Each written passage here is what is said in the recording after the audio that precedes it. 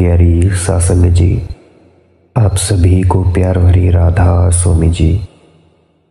प्यारी सासंग जी, आज के सत्संग में कुछ एक सवाल पूछे गए थे कमेंट सेक्शन में। तो वो सवाल थे कि ये जो संत महात्मा आते हैं इस धरती पर, ये क्यों आते हैं और असली रूहानियत क्या होती है, असली रूहानियत का प्रचार क्या होता है, असली धर्म की शिक्षा क्या होती है। आज हम इस विषय में चर्चा करेंगे और हम एक और विषय के बारे में भी चर्चा करेंगे जिसका नाम है प्रेम प्यार की भक्ति। कि वह कौन सी भक्ति है जो परमात्मा के दरबार में गिनी जाती है, कि जो उसके दरबार में स्वीकार होती है। आज हम पलटू साहिब जी की वाणी लेंगे और उससे कुछ समझने की कोशिश करेंगे, और मैं भी ये चेष्टा करूंगा कि आप सभी को कुछ न कुछ समझा पाऊं। तो आज की वाणी पलटू साहिब जी की है, तो चलिए शुरू करते हैं। पलटू साहिब जी कहते हैं, साहिब के दरबार में केवल भक्ति प्यार। हर एक महात्मा का एक ही संदेश है, एक ही उपदेश है। अगर हम खुले दिल से किसी भी महात्मा की वाणी की खोज करें तो पता चलेगा कि हर एक महात्मा ने एक ही उपदेश दिया है। ये जितने भी धर्म दिखाई दे रहे हैं, सबके अपने अपने रीति रिवाज हैं, लेकिन इन सब धर्मों की तह में जो रूहानियत है, हकीकत है, वो एक ही है। संत महात्मा हमें रीति रिवाजों में फंसाने के लिए नहीं आते, वे तो सिर्फ रूहानियत का प्रचार करने के लिए आते हैं। आप जी किसी भी महात्मा की वाणी को पढ़कर देख लें, सबने अपने एक ही अनुभव का बयान किया है। यह पलटू साहिब जी की वाणी है। पलटू साहिब उत्तर प्रदेश के अंदर अयोध्या नगरी में एक प्रसिद्ध महात्मा हुए हैं। जो कुछ भी आपने कहा है, बड़े साहस और निडरता के साथ कहा है। आप उपदेश करते हैं कि हम सबको उस परमात्मा की तलाश है। हम सब दुनिया के जीव वापस जाकर उस परमात्मा से मिलना चाहते हैं। हमारी आत्मा उस परमात्मा की अंश है। हम उस सतनाम रूपी समुद्र के कतरे हैं। हम उस मालिक से बिछुड़कर इस माया के जाल में फंसे हुए हैं।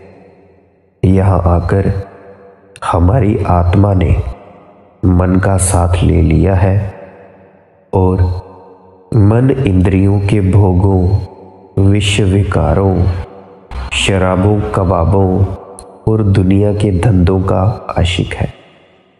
हम मन के अधीन होकर जो जो अच्छे कर्म बुरे कर्म करते हैं, उनका नतीजा हमारी आत्मा को भुगतना पड़ता है। महात्मा समझाते हैं कि जो कुछ भी हम आंखों से देख रहे हैं, यह कर्म भूमि है। यहाँ आकर हम जैसा भी बीज बोएंगे, वैसी ही फसल काटने हमें आना पड़ेगा। अगर कोई मिर्ची का बीज बोता है तो वो मिर्च की फसल काटता है।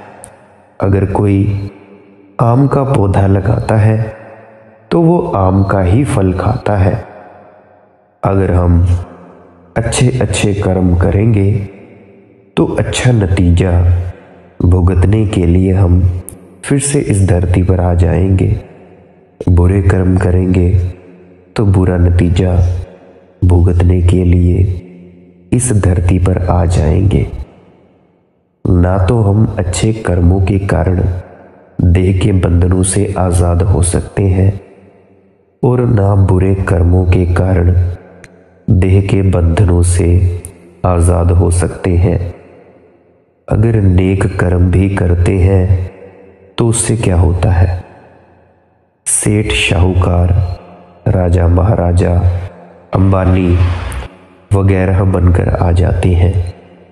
हम कौमों, मजहबों, मुल्कों की हुकूमत हासिल करके आ जाते हैं। हाथ से झाड़ू निकल जाता है और हुकूमत की बागडोर मिल जाती है। झोंपड़ी से बिस्तर उठाकर महलों में बिठा लेते हैं। लोहे की जंजीरें उतर जाती हैं, सोने की बेड़ियां पड़ जाती हैं। ज़्यादा से ज़्यादा हम बहुत अच्छे भोगों को भोगने के काबिल हो जाते हैं, लेकिन फिर भी क्या होता है? फिर से हम इसी 84 के जेल खाने में आते हैं। अगर बुरे कर्म करते हैं तो फिर तो हमारी जो ज़िंदगी होती है वह नरक में तब्दील हो ही जाती है। राजा प्रजा, अमीर गरीब, औरत आदमी, हम सब दुनिया के जीव यहाँ आकर अपने अपने कर्मों का हिसाब दे रहे हैं। इस दुनिया को महात्मा दुखों और सुखों की नगरी इसीलिए कहते हैं कि अपने कर्मों के अनुसार हमें यहाँ थोड़े बहुत सुख भी मिल जाते हैं और दुखों का भी सामना करना पड़ता है। गुरु अर्जुन देव जी भी फरमाते हैं, हरख सोग का नगर इह किया, से उबरे जो सतगुर सरणिया। यहाँ कोई भी जीव ऐसा नहीं मिलेगा जिसे केवल दुख ही दुख भुगतने पड़े हों, कभी सुखों का सांस ना आया हो। ना कोई ऐसा इंसान मिलेगा जिसे सुख ही सुख मिले हो, कभी दुखों का सामना ही ना करना पड़ा हो। अगर 10 दिन दुख के गुजर जाते हैं तो थोड़ा बहुत सुख का सांस भी आ जाता है। जब तक हम इस इंसानी शरीर में बैठे हैं सुख दुख तो आते ही रहेंगे, क्योंकि हम सभी इस जामे में या इस दुनिया में पुण्यों और पापों की वजह से आते हैं। अगर हमारे सिर्फ पुण्य होते तो हम देवता बने बैठे होते, और अगर हमारे केवल पाप होते तो प्रेत योनियों में भटकते रहे होते। कुछ पुण्य मिलते हैं और कुछ पाप, तभी हमें इंसानी जमा मिलता है। हम इस दुनिया में आकर सुख दुख का हिसाब दे रहे हैं। किसी के पुण्य ज़्यादा है और पाप थोड़े हैं, इसीलिए वह ज़्यादा सुखी है और थोड़ा बहुत दुखी है। किसी के ज़्यादा पाप हैं और थोड़े पुण्य, इसीलिए वो ज़्यादा दुखी है और कम सुखी। लेकिन जब तक हम इस शरीर में बैठे हैं हम सबको दुखों और मुसीबतों को भुगतना पड़ता है। महात्मा समझाते हैं कि अगर हम हमेशा के लिए सुख और शांति हासिल करना चाहते हैं तो अपने घर पहुंचकर ही कर सकते हैं। वापस जाकर परमात्मा से मिलकर ही कर सकते हैं। अपने कर्मों के अनुसार जिस जगह भी जाकर, जिस शरीर में भी हमें जन्म लेना पड़ता है, उसमें दुखों और मुसीबतों का सामना करना पड़ता है। आप अच्छी तरह सोचें और देखें कि क्या यहाँ ऐसा कोई भी शरीर है जिसमें हमें सुख और शांति प्राप्त हो सकती है। किस तरह हमारी खुराक के लिए हर रोज हजारों तरह के जानवरों की हत्या की जाती है। किस तरह हम उन रोते बिलखते चीखते चिल्लाते जानवरों के गलों पर दिन रात छुरियां चला रहे हैं।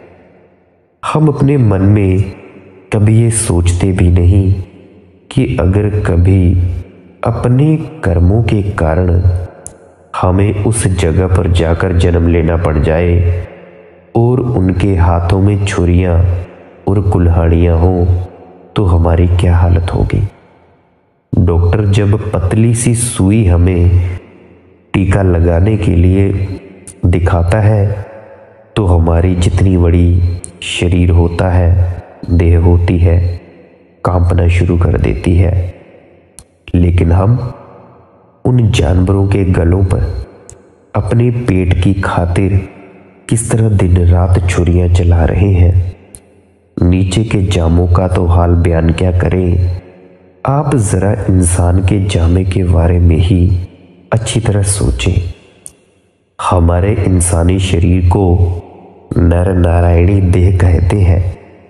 मुसलमान फकीरों ने अशरफुल मखलूकात कहकर बयान किया है, जिसे हम सृष्टि का सिरताज कहते हैं। इस जामे में आकर भी किसी को सुख नहीं मिलता, शांति नहीं मिलती।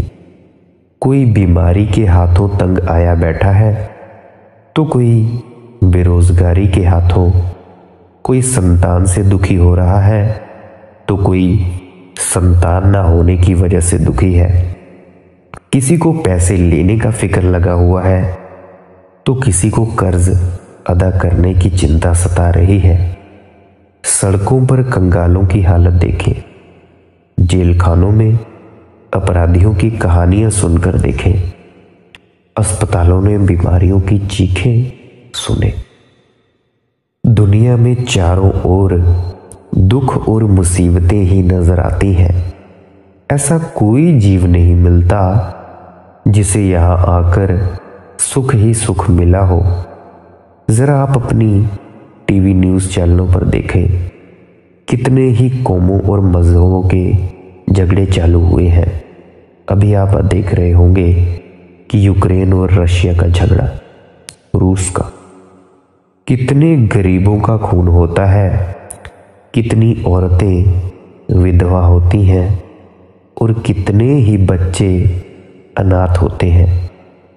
जिस नगरी में ये हालत रहती है तो पता नहीं कि मौत किस वक्त आ जाए, कहाँ आ जाए और किसके हाथों आ जाए। वहाँ हम सुख और शांति कैसे पा सकते हैं। इसलिए सब महात्मा यही उपदेश देते हैं कि जब तक हमारी आत्मा वापस जाकर उस परमात्मा से नहीं मिलती, दुखों और मुसीबतों से किसी हालत में छुटकारा नहीं हो सकता। इसीलिए हम सबको उस परमात्मा की खोज है। दुनिया के सब जीव अपनी अपनी अकल के अनुसार हजारों युक्तियों और तरीकों से उस परमात्मा को ढूंढने की कोशिश करते हैं। जप तप करते हैं, पूजा पाठ करते हैं, दान पुण्य करते हैं, घरवार छोड़कर जंगलों पहाड़ों में छिप जाते हैं, मंदिरों मस्जिदों गुरुद्वारों में जाते हैं, सत्संग सुनते हैं, ग्रंथ पोथियों और वेद शास्त्रों का पाठ करते हैं। ये सब तरीके और साधन हम परमात्मा को पाने के लिए करते हैं, उससे मिलने के लिए करते हैं। लेकिन पलटू साहिब अपना अनुभव, एक्सपीरियंस बताते हैं कि परमात्मा को तो केवल अपनी भक्ति प्यारी है, अपना प्यार प्यारा है। यानी भक्ति और प्यार के द्वारा ही हम वापस जाकर परमात्मा से मिल सकते हैं। तुलसी साहिब बीवी समझाते हैं, दिल का हुजरा साफ कर जाना के आने के लिए, ध्यान गैरों का उठा उसके बिठाने के लिए। अगर हम वापस जाकर परमात्मा से मिलना चाहते हैं तो हमें अपने अंदर मालिक से मिलने का सच्चा शौक पैदा करना चाहिए। महात्मा आत्मा और परमात्मा के रिश्ते को पति पत्नी का रिश्ता कहकर याद करते हैं। क्योंकि पत्नी और पति का रिश्ता प्रेम, प्यार और भक्ति का रिश्ता होता है। इन सभी रिश्तों की जो असली कड़ी है वो केवल भक्ति और प्यार की है। इसी प्रकार क्राइस्ट ने इसे बाप और बेटे का रिश्ता कहकर बयान किया है। बाप और बेटे का रिश्ता प्रेम और प्यार का रिश्ता होता है। इसलिए हर एक महात्मा एक ही उपदेश देता है कि आत्मा और परमात्मा का रिश्ता केवल प्रेम और भक्ति का रिश्ता है। इसीलिए हम कई बार कहते हैं प्रेम परमात्मा है और परमात्मा प्रेम है। God is love, love is God. यानी परमात्मा से प्यार करके ही हम वापस जाकर उससे मिल सकते हैं। अब मन में ख्याल आता है कि परमात्मा को तो कभी किसी ने देखा नहीं, फिर परमात्मा से प्यार किस तरह करें, उसकी भक्ति किस तरह करें। जिस चीज को कभी देखा नहीं आंखों से, उसे प्यार कैसे कर सकते हैं, उसकी भक्ति कैसे कर सकते हैं। किसकी भक्ति, किसका प्यार, किसकी संगति हमारे ख्याल को परमात्मा की भक्ति और प्यार की तरफ ले जा सकती है। हम जिसकी भी भक्ति करेंगे, जिसका भी प्यार करेंगे, जिससे भी करेंगे, मरने के बाद हमें उसी की शक्ल अपनानी पड़ेगी। जहां आदसा तहां वादसा। जिन शक्लों और पदार्थों के साथ हमारी सारी उम्र का लगाव होता है, मौत के वक्त वे हमें आंखों के सामने चलने शुरू हो जाते हैं और आखिरी वक्त जिस ओर भी हमारा ध्यान होता है, हम दुनिया के जीव उसी तरफ बहना शुरू कर देते हैं। इसलिए हमें अच्छी तरह सोचकर देखना चाहिए कि कौन सी भक्ति हमारे प्यार के काबिल है, किसकी भक्ति, किसका प्यार हमारे ख्याल को परमात्मा की भक्ति और प्यार में लगा सकता है। इस बात को समझाने के लिए सारी दुनिया को आंखों के सामने रखकर विचारने की कोशिश करनी चाहिए। हम क्या देखते हैं कि जितनी भी दुनिया की चीज़ें नज़र आ रही हैं, ये सभी 5 तत्वों की बनी है। पृथ्वी, अग्नि, पानी, वायु, आकाश। केवल इंसान में ही ये 5 तत्व पूरी मात्रा में मौजूद है। इसीलिए महात्मा उसे अशरफुल मखलूकात और सृष्टि का सिरताज कहते हैं। इस दुनिया में पहली किस्म उन जीवों की है जिनमें केवल पानी का तत्व है, जैसे सब्जी, घास फूस, पेड़ पौधे आदि। अगर हम 5 तत्व के पुतले होकर इन पेड़ पौधों की भक्ति करना शुरू कर देंगे तो आप ही सोचें कि हम तरक्की करेंगे या नीचे उतरेंगे। क्योंकि हम जिसकी भी भक्ति करेंगे, मौत के बाद उसी जामे में जाना पड़ेगा, उसी शरीर में जाना पड़ेगा, उसी की शक्ल अख्तियार करनी पड़ेगी। इसीलिए जितना भी वनस्पति जगत है, पेड़ पौधे आदि हैं, ये हमारी भक्ति के काबिल नहीं है। दूसरी किस्म है बिच्छू, सांप, कीड़े मकोड़े आदि, जिनमें केवल 2 तत्व पृथ्वी और अग्नि होते हैं। अगर हम 5 तत्वों वाले इंसान, 2 तत्वों वाले सांप, बिच्छू आदि की भक्ति करेंगे तो भी तरक्की न कर सकेंगे, नीचे ही गिरेंगे। तीसरी किस्म है पक्षियों की, जिनमें तत्व 3 हैं। हमारे अंदर 5 तत्व मौजूद हैं। अगर हम गरुड़, कबूतर, चिड़ियों आदि की भक्ति करना शुरू कर देंगे तो भी हम तरक्की नहीं कर सकते। हमें निचले जामे में आना पड़ेगा। चौथी किस्म, फोर्थ जो है वो है जानवरों की। इनमें बुद्धि और आकाश का तत्व नहीं है, बाकी सब तत्व मौजूद हैं। अगर हम गाय, भैंस, घोड़ों आदि की भक्ति करते हैं तो भी हम तरक्की नहीं कर सकते, क्योंकि तब भी हमारा ख्याल नीचे ही गिरता है। पांचवी किस्म खुद इंसान की है और ये पांचों तत्व हम सबके अंदर मौजूद हैं।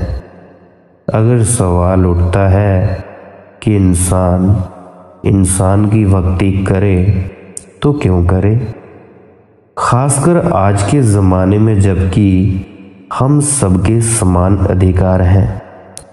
अब इंसान की भक्ति नहीं करता, गाय भैंसों की बोली समझ में नहीं आती और देवी देवता किसी ने देखे नहीं, और जिन्होंने देखे हैं वे इसको बयान नहीं कर सकते, क्योंकि ये देखा देखी बात है, लिखा लिखी पढ़ा पढ़ी बात नहीं है।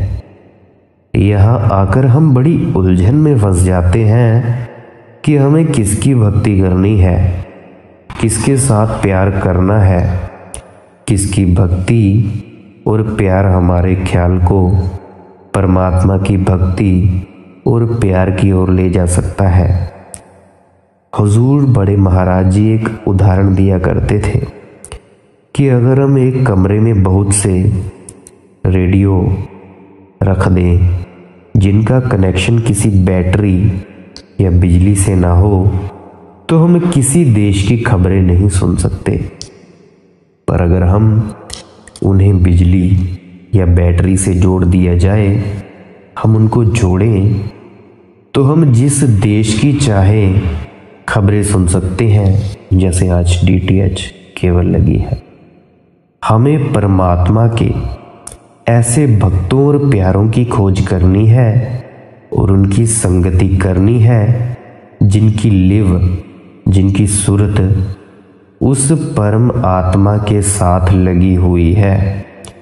हमें उनकी संगति इसलिए करनी है कि उनकी संगति में जाकर हमारा भी ख्याल परमात्मा की भक्ति और प्रेम की ओर चला जाए और हमें भी परमात्मा की भक्ति करने के तरीके और साधन पता चल जाए। हमारा मन हमेशा कंपनी का असर लेता है, संगति का।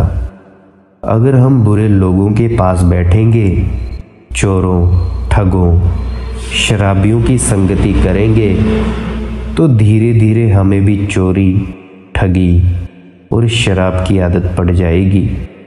लेकिन अगर हम मालिक के भक्तों और प्यारों की संगति करते हैं, जो सदा परमात्मा की भक्ति करते हैं, उन्हें देखकर हमारा ख्याल भी परमात्मा की भक्ति की ओर जाता है।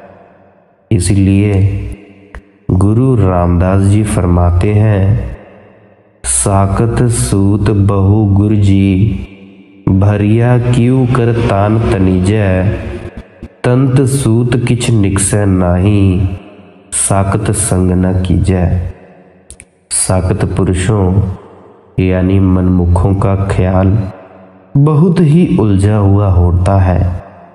जो लोग कपड़ा बुनते हैं उन्हें पता है कि अगर सूत गुत्थियों से भरा अथवा उलझा हुआ हो तो उससे कपड़ा नहीं बुना जा सकता। गुरु साहिब फरमाते हैं कि इसी तरह जिनका ख्याल सारी दुनिया में फैला हुआ है, विश्व विकारों, शराबों, कबाबों आदि में उलझा हुआ है, उनकी संगति में जाकर हमारा ख्याल परमात्मा की भक्ति की ओर कैसे जा सकता है। आप समझाते हैं, साकत नर प्राणी सदभूखे, नित भूखन भूख करीजै, कि जो मनमुख हैं वे हमेशा ही भूखे हैं। उन्हें परम आत्मा जो चाहे दे दे, उनके मन में कभी संतोष, संतुष्टि और सब्र नहीं आता। परमात्मा उन्हें जितनी मर्जी जायदाद दे दे, दुनिया की इज्जत मान बढ़ाई और सेहत दे दे, धन दौलत भी दे दे, उन्हें आज तक कभी परमात्मा को नहीं मांगा। एक तो वे परमात्मा की भक्ति करते नहीं, अगर करते हैं तो दुनिया की शक्लों और पदार्थों के लिए करते हैं। क्या ऐसे पुरुषों की संगति और सोबत हमें करनी चाहिए? तो आप फरमाते हैं, तावत ताए तावह प्रीत माया, लख कोसन कऊ बिथ दीजै। कि जो लोग हमेशा दुनिया की शक्लों और पदार्थों के लिए भटकते तड़पते फिरते हैं, उनके कम से कम लाख कोस दूर रहना चाहिए। फिर किनकी संगति करनी चाहिए? फरमाते हैं, गोविंद जियो सत संगत मेल हर त्याइए। कि हे परम आत्मा, हमें साधुओं संत महात्माओं की संगति और सोहबत बख्श, ताकि तेरी याद आए, तेरी भक्ति की ओर हमारा ख्याल जाए। यही कबीर साहिब जी भी कहते हैं, कबीर संगत साध की, कबीर संगत साध की, जो की भूसी खाए, खीर खांड भोजन मिले, साकत संग ना जाए। कि अगर मालिक के भक्तों और प्यारों की संगति में जाकर सूखे टुकड़े भी खाने पड़े, तो वे मनमुखों की संगति से मिलने वाली खीर, हलवा, मिठाई आदि से लाखों गुना अच्छे हैं। कबीर साहिब जी कहते हैं, एक घड़ी आधी घड़ी, आधी हूँ से आध, कबीर संगति साध की, कटै कोटि अपराध। कि एक घड़ी आधी घड़ी, एक घड़ी आधी घड़ी, बल्कि आधी से भी आधी घड़ी जो हम मालिक के भक्तों और प्यारों की संगति में गुजारते हैं, उससे हमारे मन से हजारों तरह के भ्रम दूर हो जाते हैं। हजारों तरह के कर्मों का हिसाब किताब खत्म हो जाता है। इसीलिए महात्मा हमें मालिक के भक्तों और प्यारों की संगति करने का उपदेश देते हैं। मौलाना रूम साहिब जी फरमाते हैं, हम नशीनी साअते वा औलिया, 72 अज सद साला तात वेरिया। कि मालिक के औलिया, संतों और भक्तों की एक घड़ी की संगति मन बुद्धि से की गई 100 सालों की भक्ति से कहीं अच्छी है। अगर भक्ति करने का तरीका मालूम नहीं है तो वो हम कैसे मालूम कर सकते हैं, इसके बारे में हम कल के सत्संग में जिक्र करेंगे। प्यारी साध संगत जी, आप सभी का कीमती वक्त देने के लिए शुक्रिया। अगर आप सभी का कोई सवाल है तो कमेंट सेक्शन में ज़रूर पूछ सकते हैं। आप सभी को अंत में बैठे आपके अंदर परमात्मा को प्रणाम करता हूँ। मेरा प्रणाम स्वीकार करें। राधा स्वामी जी।